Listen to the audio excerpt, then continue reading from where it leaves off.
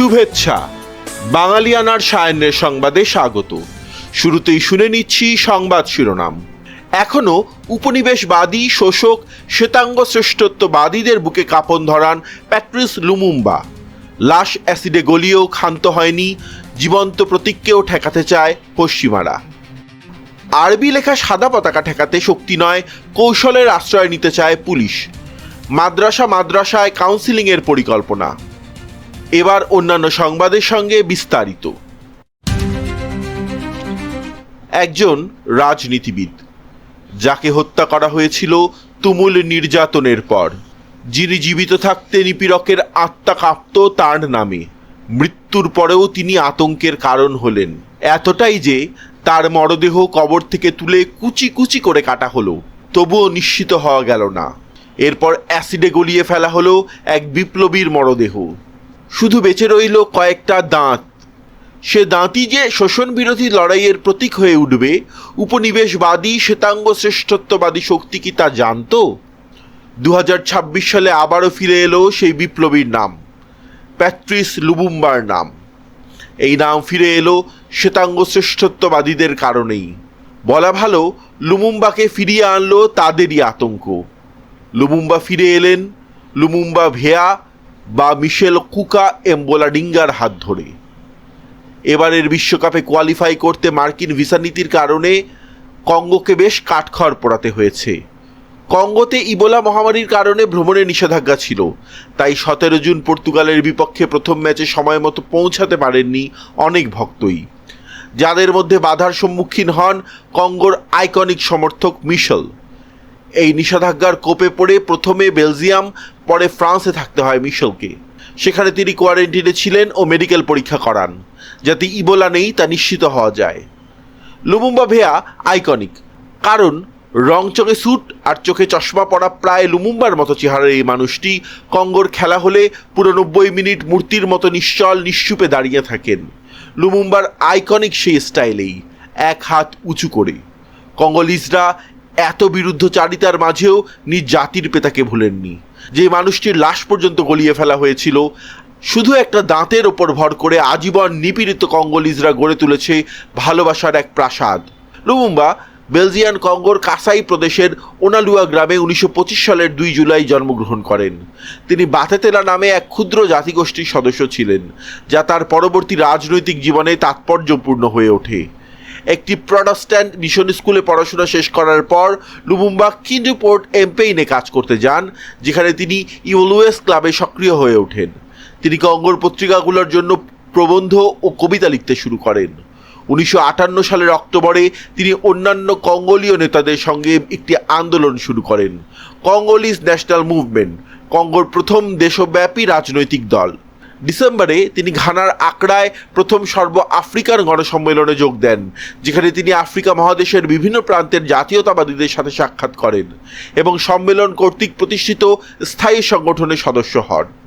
সর্ব আফ্রিকান লক্ষ্য দ্বারা অনুপ্রাণিত হয়ে তাঁর দৃষ্টিভঙ্গি ও শব্দচয়ন তখন জঙ্গি জাতীয়তাবাদের রূপ নেয়। খুব স্বাভাবিকভাবেই এরপর তাকে আর বাঁচতে দেয়া হয়নি। সেই মানুষটিকে, যিনি কঙ্গোর সম্পদ লুটপাটের বিরোধিতা করেছিলেন, বেলজিয়ান পুলিশ আর মার্কিন গোয়েন্দাদের উপস্থিতিতে তাকে হত্যা তো করা হয়ই, লাশটাও গলিয়ে ফেলা হয়। কিন্তু লুমুম্বারা থাকেন। যুগের পর যুগ অত্যাচারীর চোখে চোখ রেখে শোষণকে অস্বীকার করে যাওয়ার জন্য তারা থাকেন।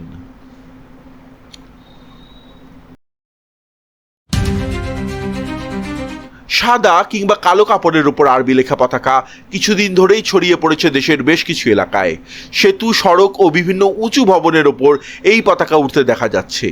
দেশের বিভিন্ন জায়গায় পতাকা হাতে এবং মোটরসাইকেলে করে মিছিল করা হচ্ছে।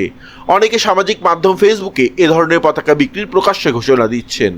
হঠাৎ একযোগে দেশের বিভিন্ন জায়গায় সাদা ও কালো পতাকা ওড়ানোর বিষয়টি বহির্বিশ্বে ভুল বার্তা যেতে পারে বলে আশঙ্কা করছে আইন শৃঙ্খলা রক্ষাকারী বাহিনী। ফলে যারা পতাকা লাগাচ্ছেন, কাউন্সেলিংয়ের মাধ্যমে বুঝিয়ে তাদের মাধ্যমে পতাকা সরিয়ে ফেলার উদ্যোগ নিয়েছে পুলিশ। এক্ষেত্রে সংশ্লিষ্ট তরুণ বা যুবক যে প্রতিষ্ঠানে অধ্যয়ন করছেন, সেই প্রতিষ্ঠানের শিক্ষকদের মাধ্যমে কাউন্সেলিং করানো হচ্ছে। মাদ্রাসার ছাত্র হলে ওই প্রতিষ্ঠানের শিক্ষক তার ছাত্রকে দেশের স্বার্থে এর নেতিবাচক প্রভাব সম্পর্কে ধারণা দিচ্ছেন। এরই মধ্যে মাদ্রাসার শিক্ষক, মসজিদের ইমাম ও ধর্মীয়ভাবে গুরুত্বপূর্ণ ব্যক্তিদের সঙ্গে বৈঠক করেছে পুলিশ। নিজেদের শিক্ষার্থীদের সচেতন করে পতাকা নামিয়ে ফেলার অনুরোধ জানিয়েছে।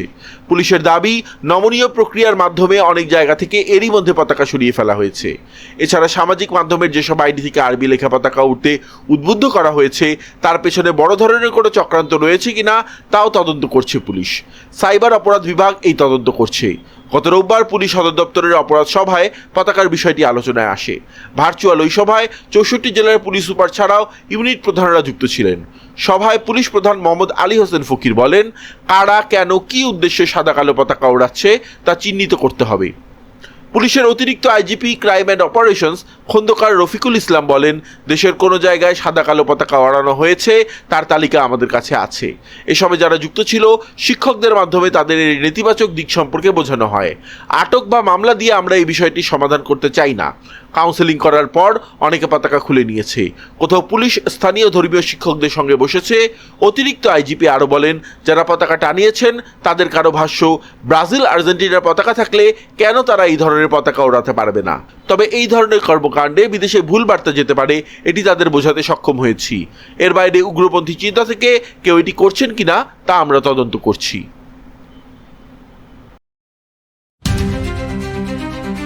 কৌশলগতভাবে অত্যন্ত গুরুত্বপূর্ণ হরমুজ প্রণালীর নৌপথ নিয়ন্ত্রণ নিয়ে সাম্প্রতিক দিনগুলোতে মার্কিন ও ইরানি বাহিনীর মধ্যে পাল্টাপাল্টি সামরিক হামলার পর কাতারের রাজধানী দোহায় দুই দেশের মধ্যকার পরোক্ষ আলোচনা সফলভাবে সম্পন্ন হয়েছে।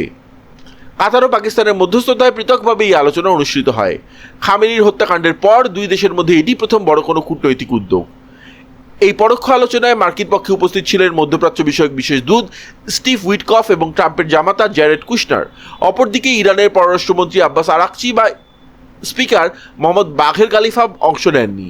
ইরানের কারিগরি দলের প্রধান ও উপপররাষ্ট্রমন্ত্রী কাজেম গারিবাবাদি তেহরানের পক্ষে আলোচনা পরিচালনা করেন। মার্কিন ভাইস প্রেসিডেন্ট জেডি ভান্স জানিয়েছেন, বৈঠকে মূল ফোকাস ছিল হরমুজ প্রণালীর নিয়ন্ত্রণ এবং নিরাপত্তা। তবে সংশ্লিষ্ট সূত্রগুলো নিশ্চিত করেছে, ইরানের পারমাণবিক কর্মসূচি, লেবানন সংঘাত এবং যুক্তরাষ্ট্রের কাছে আটকে থাকা ইরানের বিপুল পরিমাণ তহবিল মুক্তির বিষয়টিও আলোচনার স্থান পেয়েছে।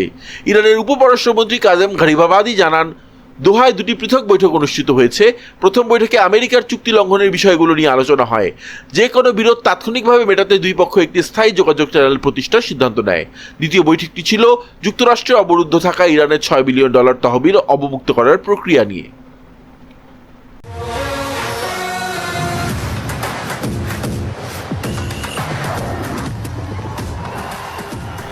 এবার শুনে নিচ্ছি বিশ্বকাপের খবর। ফিফা বিশ্বকাপ 2026-এর শেষ 32-এর লড়াইয়ে নাটকীয় জয় পেয়ে শেষ 16 নিশ্চিত করেছে ইংল্যান্ড, বেলজিয়াম ও যুক্তরাষ্ট্র। আটলান্টায় শুরুতে পিছিয়ে অধিনায়ক হ্যারি কেইনের দুর্দান্ত জোড়া গোলে ডিআর কঙ্গোকে 2-1 ব্যবধানে হারিয়েছে ইংল্যান্ড। আগামী 6 জুলাই তারা স্বাগতিক মেক্সিকোর মুখোমুখি হবে।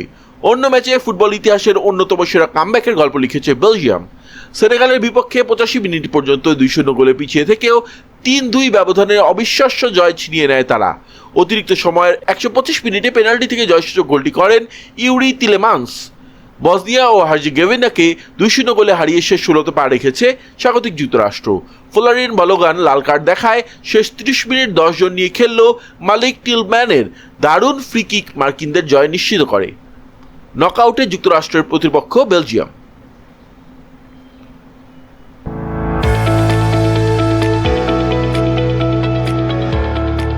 এবার শুনে নিচ্ছি বাঙালিয়ানার বাণিজ্য সংবাদ। দেশের অধিকাংশ শিল্প প্রতিষ্ঠান নৌপথে তাদের বেশিরভাগ পণ্য ও কাঁচামাল আনা নেওয়া করে, কারণ নৌপথকেই সবচেয়ে সাশ্রয়ী মনে করা হয়। কিন্তু নৌপথে বিভিন্ন সেবার শুল্ক সম্প্রতি বাড়ানোর ঘোষণা দিয়েছে সরকার। বিভিন্ন শিল্প ও সেবা খাতের পরিচালন ব্যয় এতে 10 থেকে 70% পর্যন্ত বেড়ে যেতে পারে বলে আশঙ্কা করছেন ব্যবসায়ীরা জানান, উচ্চ মূল্যস্ফীতি, জ্বালানি তেল ও বিদ্যুতের মূল্যস্ফীতি এবং আন্তর্জাতিক বাজারে পণ্যের মূল্য বৃদ্ধির কারণে তারা এমনিতেই চাপে আছেন। এর সঙ্গে নৌপথের এই বাড়তি খরচ তাদের ওপর খরচের নতুন চাপ তৈরি করবে। বাড়তি ব্যয়ের কারণে একদিকে পণ্যের দাম বাড়াতে হবে, অন্যদিকে দাম বাড়ালে বিক্রি কমে যেতে পারে। এতে তারা উভয় সংকটে পড়বেন। তারা শুল্ক বৃদ্ধির এই সিদ্ধান্ত পুনর্বিবেচনার দাবি জানিয়েছেন।